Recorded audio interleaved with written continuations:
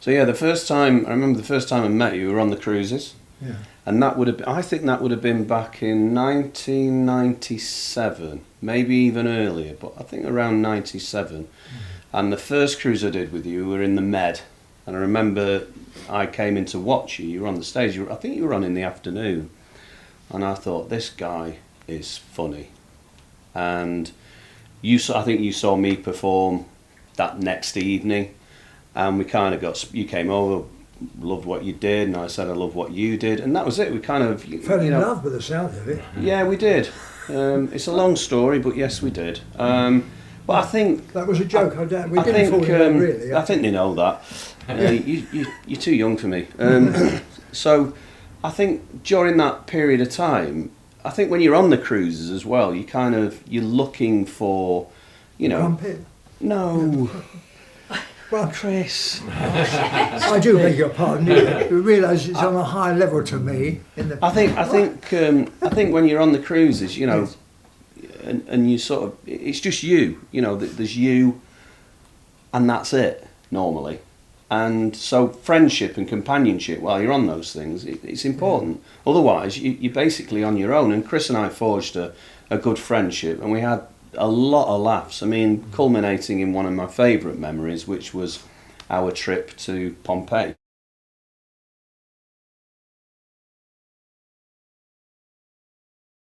When we got there, we realised that we had to pay, and we didn't have any money. So what did we do? Well, I know what we did, but I didn't want to... Yes, well, we got in for nothing. Yeah, we did. So there was this... We've got to give the means by which I did this. I mean, I don't know if that's... Well, we both did it. You were quite impressive, actually.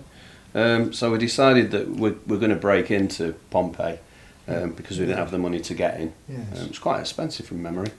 And we climbed over this, if you remember, gate, and we slid down this wall, which is about a 10-foot wall to slide down. And you see how tight we're prepared to do all that to save a few coppers. No, it was very expensive. It was at least £5.50. And so we slid down the wall, and when we got inside, we realised that we were in this massive area.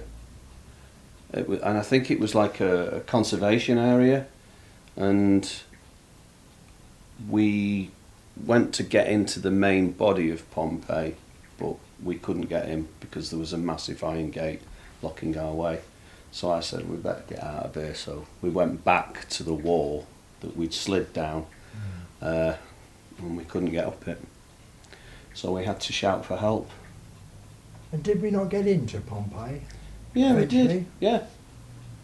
Well, I misunderstood what you just said. I think you said we couldn't. No, we went back to the wall. Yes. And then we slid down the wall. Oh, right.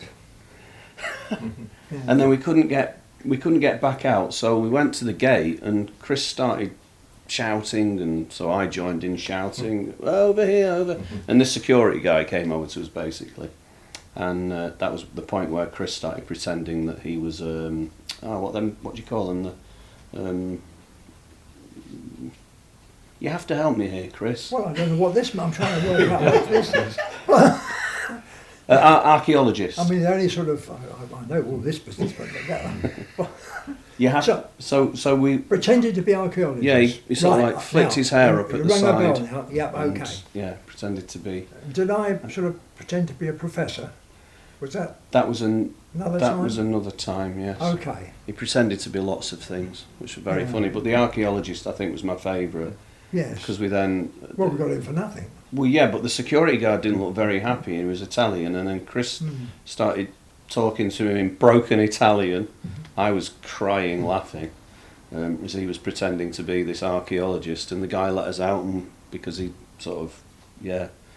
So when we got to the gate and the security guard was there, he was like, screaming at us, and Chris like, watch this, and he got his hair and he fluffed it up at the side. And he said, and he's going, and this over here, if you look over here, 2,000 years ago, this site here. And then the guy's like, whoa, and he goes, oh, no. He went, Chiavi, let us out. So the guy's like, what? He's going, and over here, and just here is the site where, and he's going through, he's talking all this nonsense, basically. And so the guy came over with the key have, and he unlocked the gate and was like, to get rid of us. off you go. He didn't want any more to do with it, No. which was brilliant. And then we kind of wandered around the day. It was an amazing place as well. And then we ended up in this great big amphitheatre. He started doing routines. Well, Chris, yes, I did a few numbers. But Chris was on one side of the amphitheatre, and I says, "You wait there, I'll go over here, get ready." So I went over so I shout out, "I'm Spartacus!" And Chris shouts from the other side, "No, I'm Spartacus!" And then all the people who were mulling around in the amphitheatre, it's that big outdoor thing, and that everybody started shouting, "I'm Spartacus." It was, you had to be there. It was brilliant. It was really funny.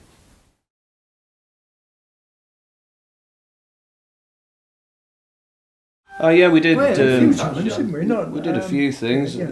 His favourite trick was on one of the cruises was pretending to be the doctor on board the ship. But I mean, again, you know, he found it in wardrobe. He found this long white frock and put a stethoscope around his neck, and then again pulled the hair out, and he was pretending to be in the doctor's surgery, and you've got people walking in and basically looking at him and going, "It's all right, we'll take some paracetamol." So I'm just wondering how much trouble I could get into with these. Yes, well, it's a true story. Yeah. But I don't normally boast about it. I just keep it to myself.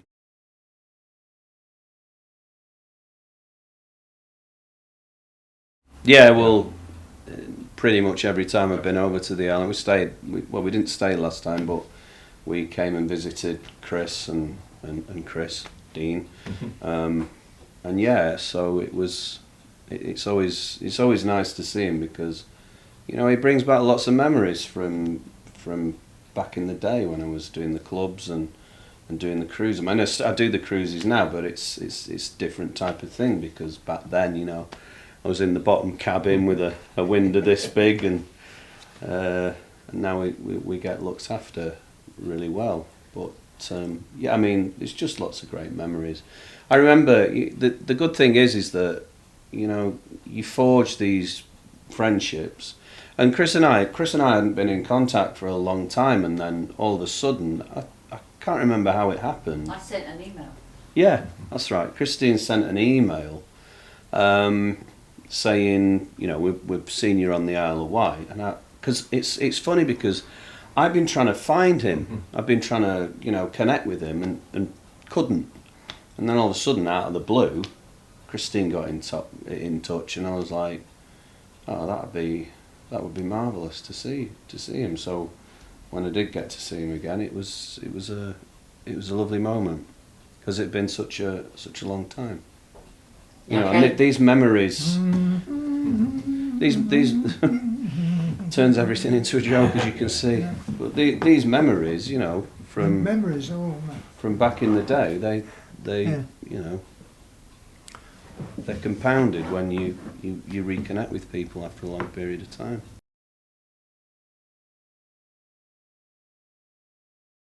The tour outside of the Isle of Wight has gone very well. I mean, most of the venues have been sold out. It's a small tour as well. It's not like, I mean, next year is my 25th anniversary, and we put with AEG, who are one of the biggest promoters in the UK, and that went on sale on Friday of last week, and we've already done a quarter of the tickets. And these are big places, not, you know, a lot of the cathedrals are 300-400 seater venues. But believe it or not, they're more difficult to sell than the theatres, because you've got obstructions and the cold, and so it'd be nice to get back in the theatres. They're great places to sing, and when we get there, the atmosphere is always wonderful.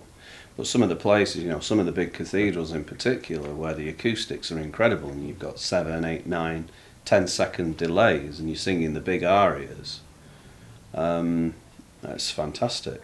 So yeah, I mean, it's very enjoyable, but it'll be nice, you know. It was pre-COVID last time I did a theatre tour, you know, COVID took us out for 2 years, and then we've been in, you know, the last 2 years doing the magnificent building stuff. So by the time we get to the end of 2025, it'll be 5 years since I've been in the theatres. So I think there's a really good appetite for it, which is great. We're expecting them all to be sold out, and we're expecting a great success.